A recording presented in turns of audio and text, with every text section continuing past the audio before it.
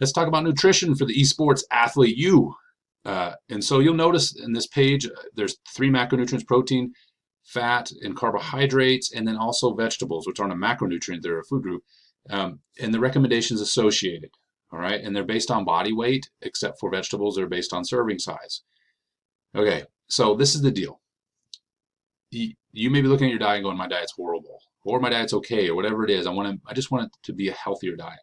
Start from where you are. Diet is a noun. It's not a verb. We always say dieting. That's a verb. When we talk about your diet, it's what you eat every day. So look at your diet, and if it's just complete crap right now, this is going to be even easier for you. Pick something that you can do today. So protein would be the most important of the 3 macronutrients for weight management. Okay. If that's the angle you want to take, hey, I'm going to try to hit these protein goals every day consistently for the next month. And that would be your goal. And the food list that are, select healthy protein sources. It's not protein sources from a fast food restaurant. That includes some of our sub-making restaurants that may or may not have the healthiest meat sources. And deli meat is not a good source. It's high in sodium. So try to have fresh protein sources, and again, that list there, and it includes non-fat dairy. So that could be your first goal. You could say, hey, I'm eating 0 vegetables. We know from the research literature, you die faster when you don't eat fruits and vegetables. That's just the way it is, no matter what. That's why veganism has become so popular. I'm not advocating veganism. It's a very difficult diet to follow, but the power of it is the fruit and vegetable consumption. So you could say, I've been eating 0 vegetables. I'm going to make it a habit to eat 2 servings of vegetables, which is 2 cups of vegetables in the day on average. I'm just going to make, okay, I don't like vegetables. I'm going to make it a habit as part of my carbohydrates for the day. I'm going to eat 2 pieces of fruit per day. I have been eating 0 fruit up until this point. So in other words, you make a change. Okay, and it's something reasonable. 2 pieces of fruit per day is 2 servings, excuse me, of fruit per day is not a big deal. Not really. That's 2 regular sized bananas. Okay, that's an apple and a cup of grapes. I mean, I realize these things aren't the cheapest things in the world, but you can get frozen versions of them as well. And bananas are like 55 cents a pound typically. I mean, at the worst, you can eat some bananas. Like seriously, the fiber in it is what's going to be the power in these fruit sources initially. And then the color of the fruit, I always say eat the rainbow, is beneficial as well. The actual coloring of the fruit provides a lot of health benefits, polyphenols. All right, so start from where you are. I would start either the protein angle, the vegetable angle, or the fruit angle to begin.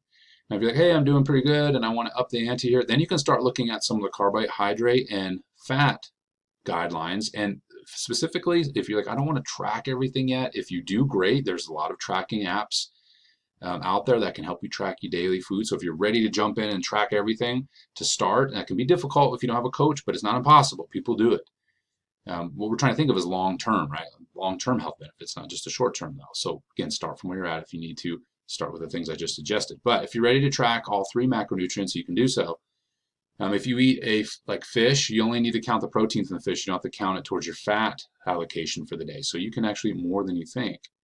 Okay? And the healthier the food, the more full you feel because of fiber and protein. So it's this kind of upward spiral that you can get out of the downward spiral. You might say, I'm going to make one meal one where I track and try to hit, a third of the macro, because if I'm only having 3 meals, let's say, optimally it'd be every 5 hours you eat. That may not be optimal for you. But let's say I'm going to do 3 meals a day, so that means my macronutrient assignments are roughly 33% each meal, right? So for that meal, I'm going to hit my macros. Notice like protein, carbs, and fat are all based on your body size. So you figure that out based on your body size. You can use the calculator I provided as well, and you know exactly how many grams of each macronutrient you should use, or you should be consuming, per meal. Okay, and I've provided a calculator for that based on a 3-meal structure. All right, so you can use that and say, for this meal, I'm going to hit my macros. I'm going to make sure I do that. And then the other 2, you're like, oh, I'm going to try to wing it a little bit. And then over time, you'll notice that meal that you're hitting macros, you feel a lot better. And you want to make the changes. So again, I'm just trying to give you as many inputs as possible into this idea of a healthy diet. How can you jump in and start to make a change? Again, the good news I just want to impress upon you is you don't have to change everything. Just change one behavior, something that is realistic for you to do. Now, in terms of performance, carbohydrates are going to be helpful. So if you like I recommend in the exercise section, if you can move around in between, times that you're playing, bouts and competition or training, get up and actually walk and move and push blood around. That's going to be beneficial. And also ingesting some quality carbohydrates, not sugar, complex carbohydrates. In other words, the food that is on the list for the carbohydrates. Those are going to be better sources of carbohydrates. They're going to make you feel better and not make you feel like you have that up and down, right? From the sugar, like, oh, I'm up and now I'm down. Okay. So that's going to be a better way to consume carbohydrates. So if you're not going to be, if you're going to be playing for 4 hours, consume some complex carbohydrates right before you play. Okay. And you don't have to, in terms of how fast you eat them, eat a little bit slower. So if it takes you 15 minutes to eat it, fine. But before you play, you can eat that and you'll feel a lot better as you're playing. If there's breaks in your training or in a competition, grab some complex carbohydrates again and ingest those. That includes fruit, by the way, because of fiber. The fiber and the sugar in the fruit kind of act as a complex carbohydrate when they're put together. And so consider that as well in terms of enhancing performance, okay, as quality carbohydrates before and interspersed during training and competition as much as possible. Okay, hope you found this somewhat useful, very useful actually. But I wanted to make sure the understanding was that if you embark on this nutrition journey, it doesn't have to be all in or all out. It can be one step at a time.